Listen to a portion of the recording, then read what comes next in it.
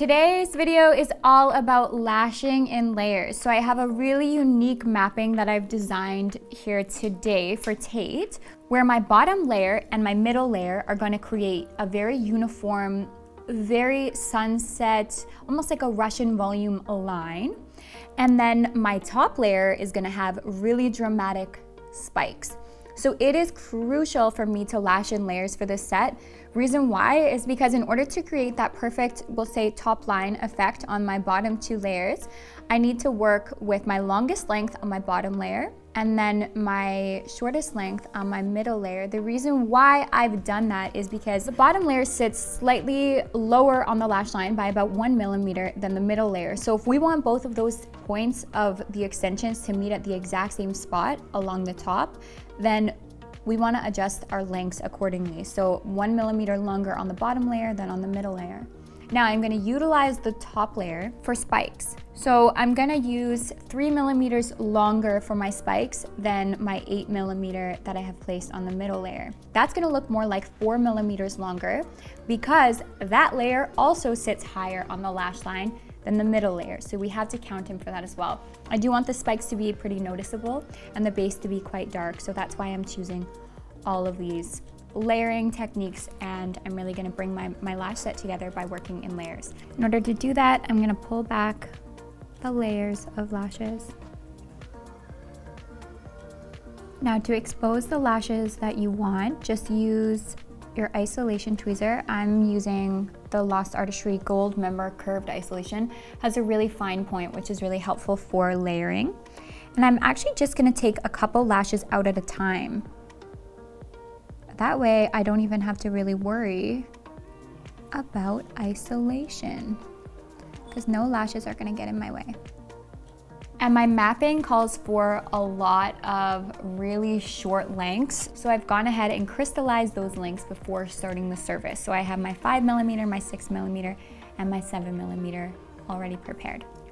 Because those inner and outer corners are really challenging. So if you can do anything to make that easier, then it's really helpful.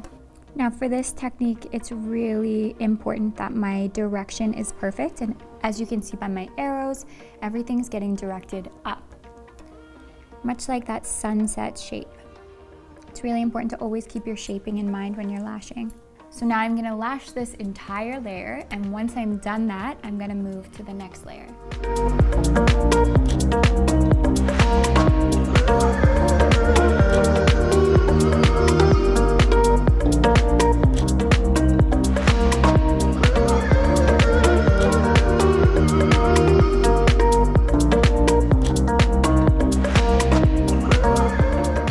Just finished my first layer, and Tate, if you can open up, you can see that it's done. Really short lengths, but really a very uniform finish.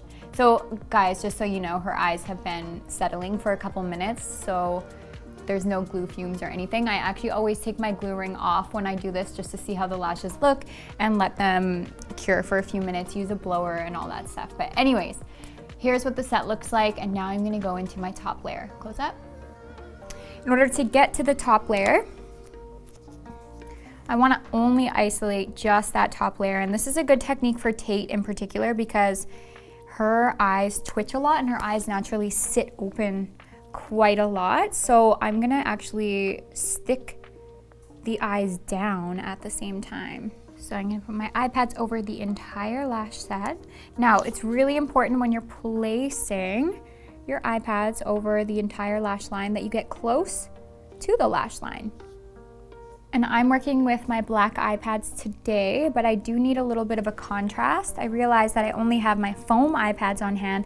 The foam eye pads are amazing for under eyes. I don't suggest them for this technique because they are super sticky, and I don't have any of our standard eye pads at our studio right now. So I'm working with the black ones and I'm improvising. So I'm gonna take some of our micro pore tape as well and put them right over the pads. That way I can really see what's happening. Now you're probably thinking, well, why didn't you just use the tape? And the reason why I didn't use the tape is because the tape, again, is really sticky. And especially when we already have placed lots of lashes, tape becomes a lot more risky.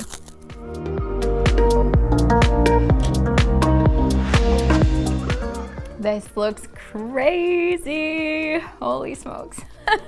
Okay, let's make some spikes. Let's place them. Put my glue ring back on. The reason why I don't keep my glue ring on when I'm opening the client's eyes is because the glue fumes attract to moisture. So I don't want to hurt her eyes at all.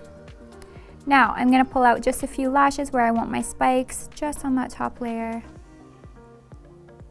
Again, using my isolation tweezer.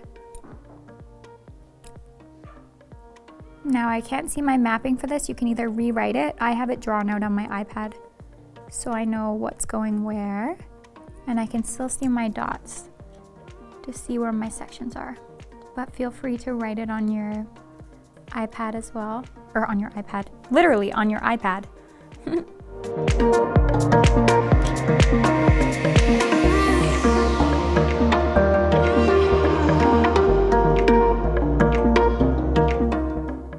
By the way, my glue of choice today is Invisibond, in case you were wondering. This set's taking me a little bit longer than normal, so I like to have a slower cure time glue. And another reason why I'm using Invisibond for Tate is because her eyes do sit a little bit open, so I need a glue that has less cyanoacrylate, aka less fumes, to ensure that I'm not causing irritation if her eyes do in fact open just slightly throughout the service. I also have Freshie product on the side of me. You can't see it right now because we're so zoomed in, but that's another good product to have while you're working.